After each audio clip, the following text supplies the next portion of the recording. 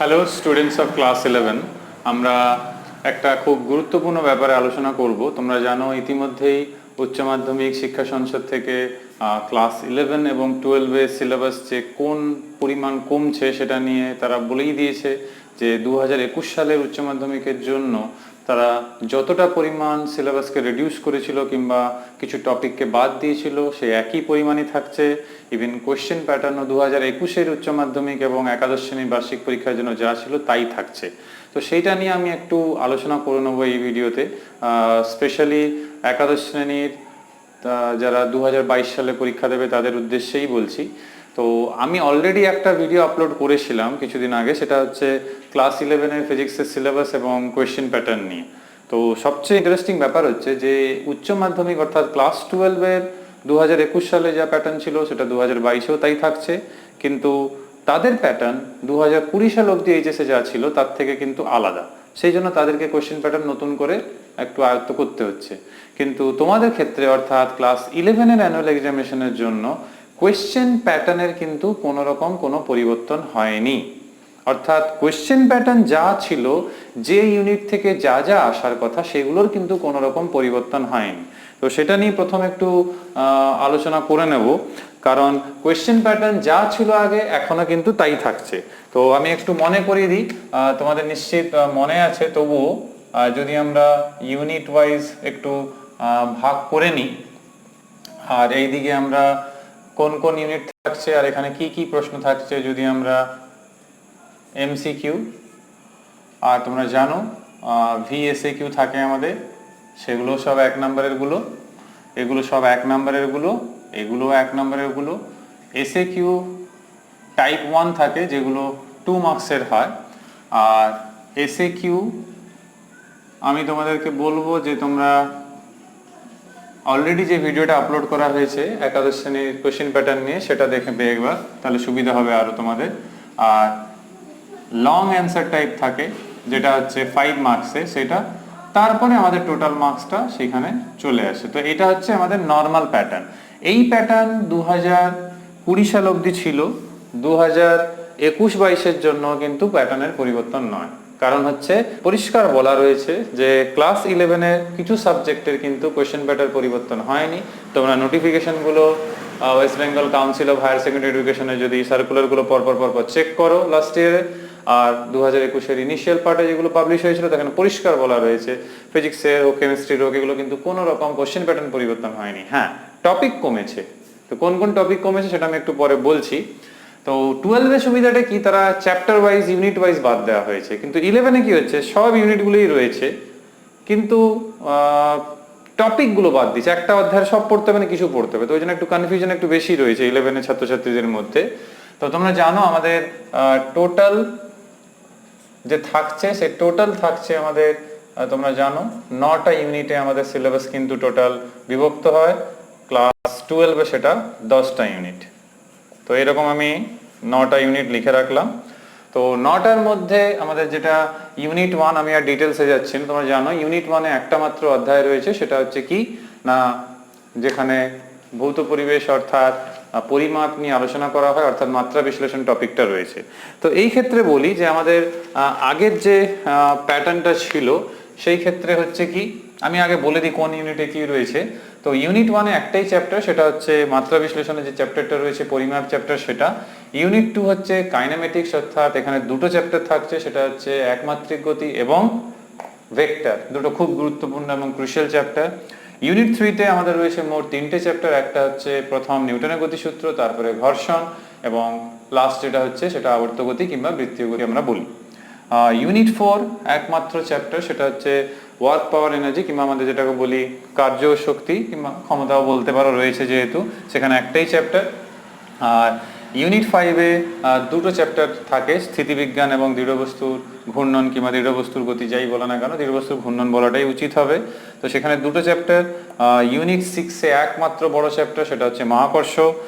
Unit 7টাই যত সমস্যা, কারণ হচ্ছে ইউনিট 7-এ মোরাললেস 10টা চ্যাপ্টার আছে আর নাম্বারও সেই 10, কিন্তু এখানে মনে করে দেখো স্থিতিস্থাপকতা রয়েছে ইউনিট 7-এ ফার্স্ট চ্যাপ্টার, তারপরে তোমাদের উদস্থিতিবিদ্যা রয়েছে, তারপরে সান্দ্রতা রয়েছে, পৃষ্ঠটান রয়েছে, ইভেন বায়ুমণ্ডলের চ্যাপ্টারও রয়েছে বলতে গেলে একসঙ্গে কম্বাইন হয়ে।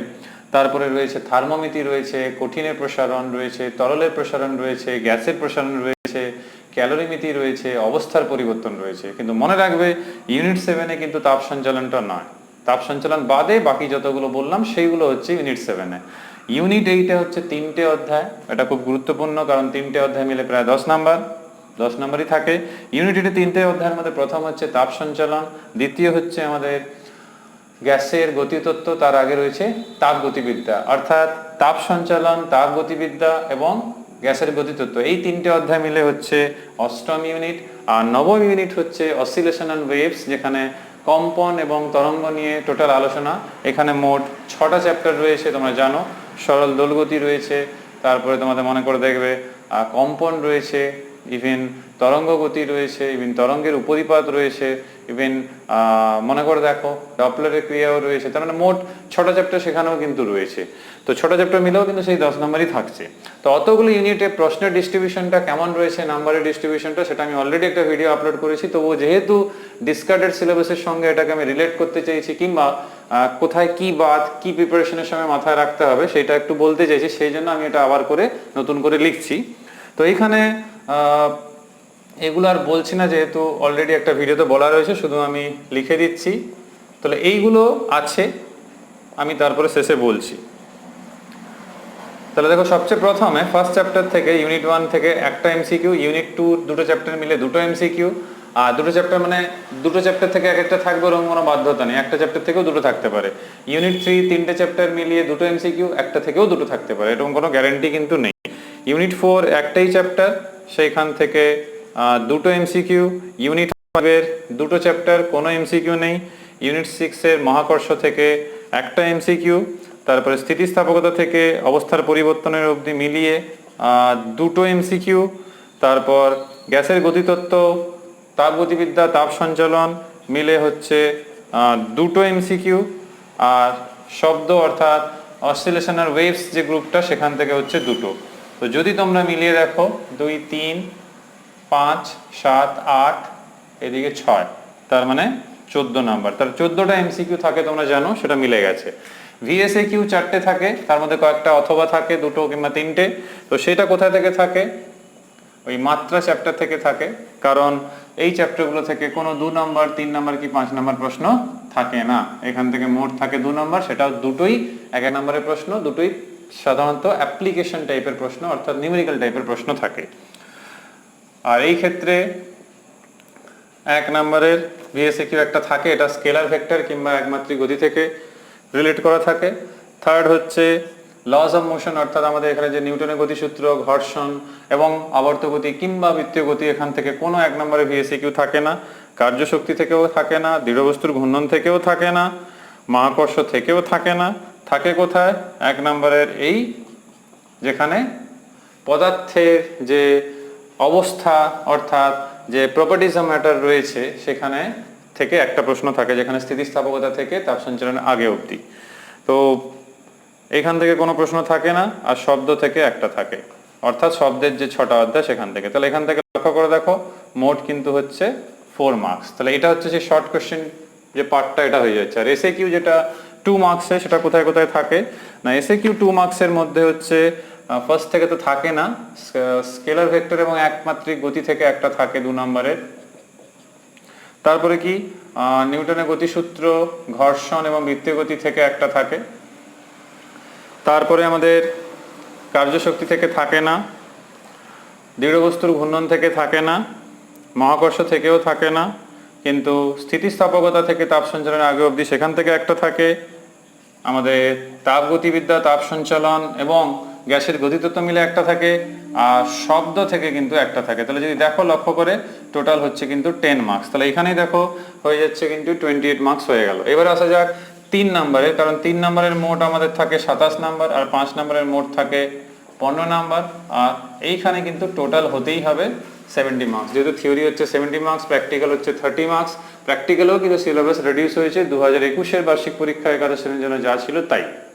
তো সেটা আমরা পরে একবার আলোচনা করে নেব পরে, কারণ প্র্যাকটিক্যাল তো স্কুল না খুললে তোমাদের শুরু হচ্ছে না, তাহলে পরে আলোচনা করলে সেটা চলবে। তো 3 মার্কসের যে গুলো থাকছে, তার মধ্যে সবচেয়ে প্রথম হচ্ছে এই দুটো গ্রুপ, অর্থাৎ ইউনিট 1 এবং ইউনিট 2 অর্থাৎ মাত্রা চ্যাপ্টারটা, তারপরে একমাত্রিক গতি এবং ভেক্টর, এইগুলো থেকে কোনো 3 মার্কসের কোশ্চেন থাকে না। প্রথম 3 মার্কসের কোশ্চেন থাকে আমাদের নিউটনের গতিসূত্র, ঘর্ষণ এবং বৃত্তীয় গতি মিলে, সেখান থেকে থাকে। নেক্সট যে থাকে সেটা হচ্ছে কার্য শক্তি থেকে একটা থাকে। নেক্সট হচ্ছে আমাদের দৃঢ় বস্তুর ঘূর্ণন থেকে থাকে, কারণ এখান থেকে কোনো 5 নম্বরের কোশ্চেন থাকে না সিন্স। নেক্সট হচ্ছে আমাদের ইউনিট 6 আমরা যেটাকে আমরা বলি মহাকর্ষ, তো মহাকর্ষ থেকে থাকে দুটো প্রশ্ন। ইউনিট 7 স্থিতিস্থাপকতা থেকে অবস্থার পরিবর্তন, এখানে কোনোটাই থাকে না, এখান থেকে 3 মার্কসের। তারপর হচ্ছে আমাদের ইউনিট 8 যেখানে তাপগতিবিদ্যা, গ্যাসের গতিতত্ত্ব এবং তাপ সঞ্চালন, সেখান থেকে থাকে দুটো। আর অসিলেশন কিংবা শব্দ সেই পার্ট থেকে থাকে না। তাহলে এখানে যদি দেখো তোমরা 9, 6, 15, 6, 21, 6, 27, তাহলে দেখো মিলে যাচ্ছে। আর 5 মার্কসের কোশ্চেন 3টে অংশ থেকে থাকে, সেটা হচ্ছে অসিলেশন থেকে থাকে, তাপগতিবিদ্যার যে মানে অংশটা সেখান থেকে থাকে না। আর ইউনিট 7 থেকে একটা থাকে, অর্থাৎ যেখানে অবস্থার পরিবর্তন যে লাস্ট রয়েছে এবং ইনিশিয়াল পার্ট যেটা স্থিতিস্থাপকতা, অর্থাৎ স্থিতিস্থাপকতা থেকে অবস্থার পরিবর্তনের মধ্যে থাকে, এগুলো থাকে না, এগুলো থাকে না। শুধুমাত্র এখানে ইউনিট 1 এর পর যেটা ইউনিট 2 সেইখানে থাকে, এগুলো কোনোটাই কিন্তু থাকে না। তো এখানে যদি আমরা একটু দেখি, দেখো 3টে 5 নম্বর প্রশ্ন, এখানে কিন্তু অর থাকে, 3টেরই অর থাকে, কিন্তু অন্তর দুটো তো থাকবেই, সাধারণত 3টেরই অর থাকে। তো এখানে যদি নাম্বার মিলিয়ে দেখে নেওয়া হয়, তোমরা এখানে দেখতে পাবে এইখানে দেখো, এখানে 5, 2, এখানে দেখো 2, 2, 4, 5, তাহলে এখানে 10 মার্কস। এখানে দেখো 6, 2, 8, 2, 10, তো এখানেও 10 মার্কস। এখানে দেখো 5 মার্কস, শুধু কার্যক্ষমতা শক্তি একটা অধ্যায় পড়লেই 5 মার্কস। তারপরে 6 মার্কস থাকছে দৃঢ় বস্তুর ঘূর্ণন এবং স্থিতিবিজ্ঞান থেকে। তারপরে মহাকর্ষ একটা চ্যাপ্টার পড়লেই কিন্তু 7 মার্কস। হোয়ারএস ইউনিট 7-এ প্রায় গোটা 8 চ্যাপ্টার পড়ে, সেখানে যদি লক্ষ্য করে দেখা হয়, সেখানে কিন্তু হচ্ছে 10 মার্কস অতগুলো চ্যাপ্টার পড়ার পর। ইউনিট 8-এ 3টে চ্যাপ্টার পড়লেই কিন্তু 10 মার্কস। আর ইউনিট 9 যেখানে 6টা চ্যাপ্টার পড়ে কিন্তু 10 মার্কস। তো এইবার আমি তোমাদের সঙ্গে যেটা মূল আলোচনা করব সেটা হচ্ছে, তোমরা তো নাম্বার ডিভিশনগুলো দেখলে, যা রয়েছে তোমাদের সূচিপত্রের আগে সেটাই থাকছে। তো এইবারে সিলেবাসের যে রিডাকশনের কথা যদি বলা হয়, গোটা চ্যাপ্টার বাদ গেছে বলতে শুধু দুটো, গোটা চ্যাপ্টার অর্থাৎ ফুল চ্যাপ্টার বাদ গেছে, অর্থাৎ ডিসকার্ডেড যদি বলা হয় টপিক অর চ্যাপ্টার, তো সেখানে কিন্তু পুরো বাদ যদি বলা হয় সেটা কিন্তু দুজন। একটা কি, একটা হচ্ছে ক্যালোরিমেট্রি, যাকে আমরা বাংলা বলি ক্যালোরিমিতি। আর সেটা কোথায় আছে না, সেটা আছে ইউনিট 7-এর অবস্থার পরিবর্তনের জাস্ট আগে, ঠিক আছে, সেইখানে রয়েছে আর কি, অর্থাৎ গ্যাসের প্রসারণের পরে। তো সেইটা বাদ। আর হচ্ছে শব্দের যে দ্বিতীয় চ্যাপ্টার, শব্দ অর্থাৎ আমি বলছি ইউনিট 9-এর যে অসিলেশনাল ওয়েভস যে দ্বিতীয় চ্যাপ্টার, সেই চ্যাপ্টারটা কিন্তু পুরোটা বাদ। সেটা অবশ্য এমনিও খুব একটা আসতো না, যেখানে পরবশ কম্পন থেকে শুরু করে যেরকম তোমাদের বলাই রয়েছে যে free and forced and damped oscillation and resonance, অনুনাদ, পরবশ কম্পন, এমনি মুক্ত কম্পন, সেখান থেকে এমনিও প্রশ্ন আসতো না, খুব রেয়ার 1 নাম্বার পাওয়া যেত, ওটা বাদ দেওয়া না দেওয়া প্রায় সমানই হয়েছে। আর থাকলো ক্যালোরিমিতি, এর থেকে তো এমনিও কিছু আসতো না। তার মানে যে দুটো পুরো বাদ, তার থেকে এমনিও সে খাতায় কলমে না হলেও প্র্যাকটিক্যালি বাদই ছিল, এখন হয়তো অফিসিয়ালি বাদ গেছে। বাকিগুলো যে বাদ হয়েছে সেটা হচ্ছে কি না, চ্যাপ্টার পুরো বাদ হয়নি, প্রত্যেকটা কিংবা বেশিরভাগ চ্যাপ্টারের কিছু কিছু অংশ বাদ গেছে। তো সেই জন্য এটা কিন্তু একটা কমপ্লিকেটেড ব্যাপার কিন্তু মাথায় রাখা। তো আমার তো মতামত বলার আগেই এটাই হবে যে সব পড়ো। প্রথমে অবশ্যই অ্যানুয়াল এক্সামিনেশন সিলেবাসটাও সব পড়ো, কারণ এন্ট্রান্সে তো সবই আসবে, তো বাদ দিয়ে তো কিছু লাভ নেই। তো পারলে সবই পড়ো, ওটাই তোমাদের জন্য কিন্তু মঙ্গলদায়ক হবে, কারণ এন্ট্রান্সে 11 হোক 12 হোক ফুল সিলেবাসটাই আমাদের কিন্তু কাজে লাগে, অলমোস্ট ফুল সিলেবাস। সেই 2-5% এদিক ওদিক হয় যেই মেনের সঙ্গে কিডাব্লিউবি যেই কিংবা নিটের ক্ষেত্রে, তো সেটা আলাদা ব্যাপার, অলমোস্ট ফুল লাগে।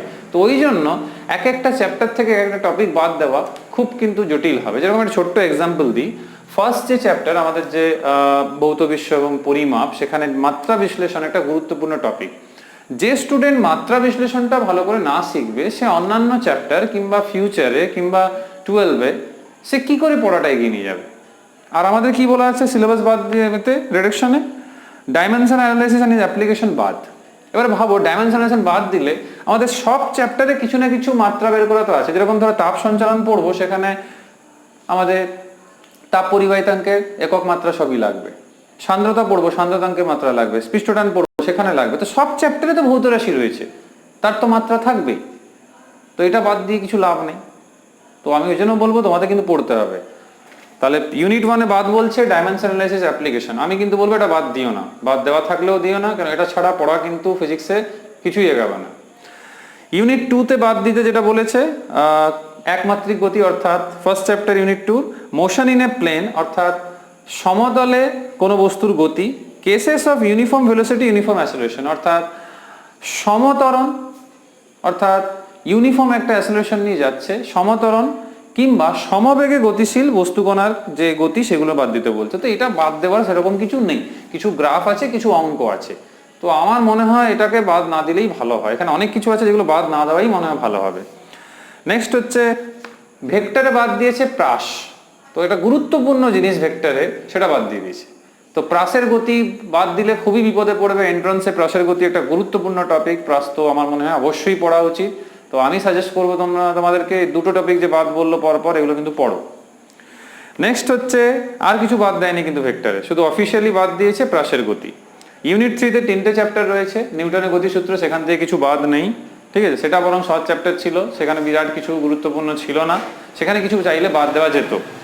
নেক্সট হচ্ছে ফ্রিকশন, অর্থাৎ ঘর্ষণ, ঘর্ষণ থেকে শুধু বাদ দিয়েছে আবর্ত ঘর্ষণ।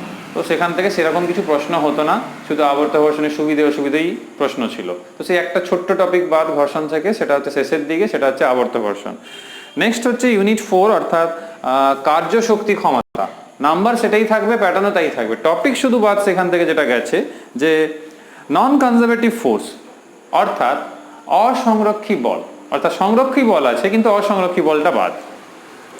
নেক্সট বাদ দিয়েছে motion in A vertical circle, এটা একটা ইম্পর্টেন্ট টপিক, অর্থাৎ একটা বৃত্তাকার পথ বরাবর কোনো বস্তুকণার গতি, সেটা। তো এখান থেকে আমরা সন্ধি বেগ, সংকট বেগ, ন্যূনতম টান বের করি। তো এটা এন্ট্রান্স পারপাসেও একটা গুরুত্বপূর্ণ প্রশ্ন। তো এইচএস এর অ্যানুয়াল পরীক্ষার জন্য 11-এ বাদ দিতে পারো, কিন্তু এন্ট্রান্সের জন্য পড়লে ভালো হয়।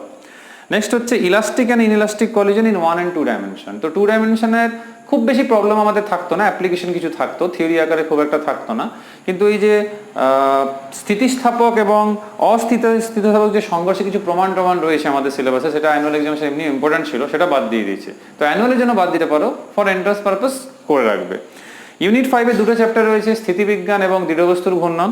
সেখানে স্থিতিবিজ্ঞান দৃঢ়বস্তুর ঘূর্ণনের মধ্যে যা দেখতে পাচ্ছি, দৃঢ়বস্তুর ঘূর্ণন থেকে সেরকম কিছু বাদ নেই, শুধু বাদ রয়েছে স্থিতিবিজ্ঞান থেকে, সেটা হচ্ছে ভর কেন্দ্রের গতি এবং ভর কেন্দ্র একটা রডের বের করা, সেখান থেকে রৈখিক ভরবেগের সংরক্ষণ থেকে ভর কেন্দ্রের গতি কিভাবে আসছে সেটা। তো খুব ছোট টপিক বাদ রয়েছে, দিতেও পারো বাদ, নাও দিতে পারো, চাইলে বাদ দিতে পারো।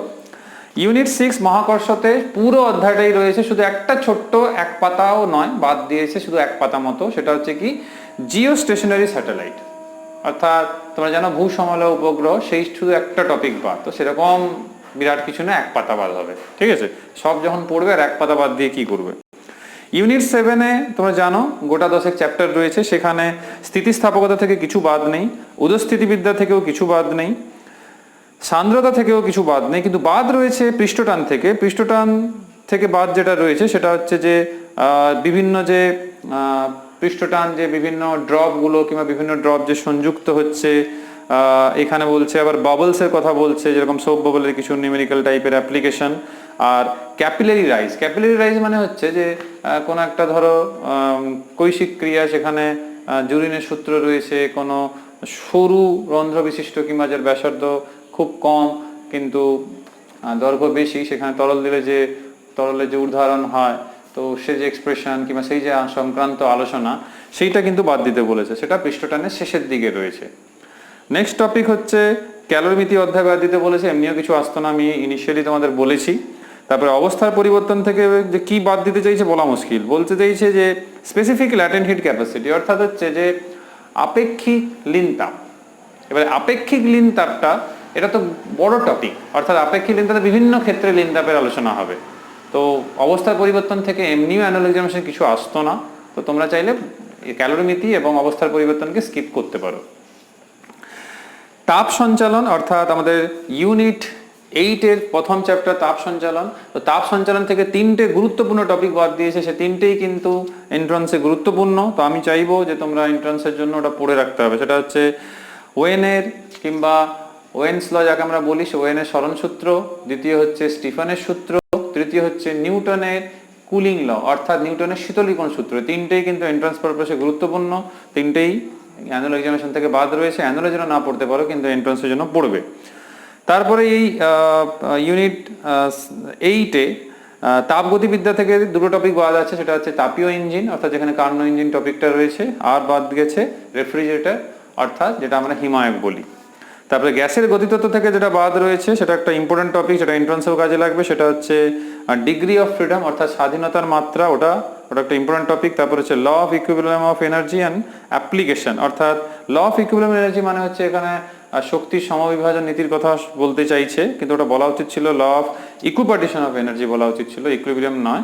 যাই হোক, শক্তির সমবিভাজন নীতি আর তার প্রয়োগ করা হচ্ছে যে আপেক্ষিক তাপ বের করা অর্থাৎ সিপিসিভি যে রয়েছে তার অনুপাতের জন্য। আর concept of mean free path অর্থাৎ আমরা যেটা ল্যামডা দিয়ে প্রকাশ করি অর্থাৎ যেটাকে তোমরা মুক্ত পথ, গড় মুক্ত পথ বলো, সেই টপিকটা বাদ দিতে বলেছে। আর অ্যাভোগাড্রো সংখ্যা সেটা বাদ দিতে বলেছে। অ্যাভোগাড্রো সংখ্যা এমনিও নিউমেরিক্যাল পারপাসে লাগতো। তো এই গেল ইউনিট 8। লাস্ট ইউনিটে যদি চলে আসি, লাস্ট ইউনিটে আমাদের 6টা চ্যাপ্টার রয়েছে, তোমরা ছায়া প্রকাশনী বইতে দেখতে পারো কিংবা সান্তাতেও দেখতে পারো। তো কোনো বইতে 6টা, কোনো বইতে 5টা চ্যাপ্টার, কিন্তু সিলেবাস সেম। তো যে সেকেন্ড চ্যাপ্টার যেটা রয়েছে যেখানে ফোর্স ভাইব্রেশন অর্থাৎ আমাদের পরবশ কম্পন, এমনি মুক্ত কম্পন কিংবা এমনি কম্পন নিয়ে যে আলোচনাগুলো রয়েছে সেই টপিকটা বাদ দিতে বলেছে। আর অনুনাত্মবাদ অর্থাৎ পুরো কম্পন ও তরঙ্গ চ্যাপ্টার যেটা রয়েছে লাস্ট ইউনিটে, সেখানে যে মোট 6টা চ্যাপ্টার রয়েছে শুধু সেকেন্ড চ্যাপ্টারটা বাদ দিয়ে দেবে, বাকি সবগুলোই রয়েছে। তো হিসেব যদি করে দেখা হয় 12-এর তুলনায় তোমাদের সিলেবাস কিন্তু অনেক কম কমানো হয়েছে। 12-এ কিন্তু যথেষ্ট কমানো হয়েছে।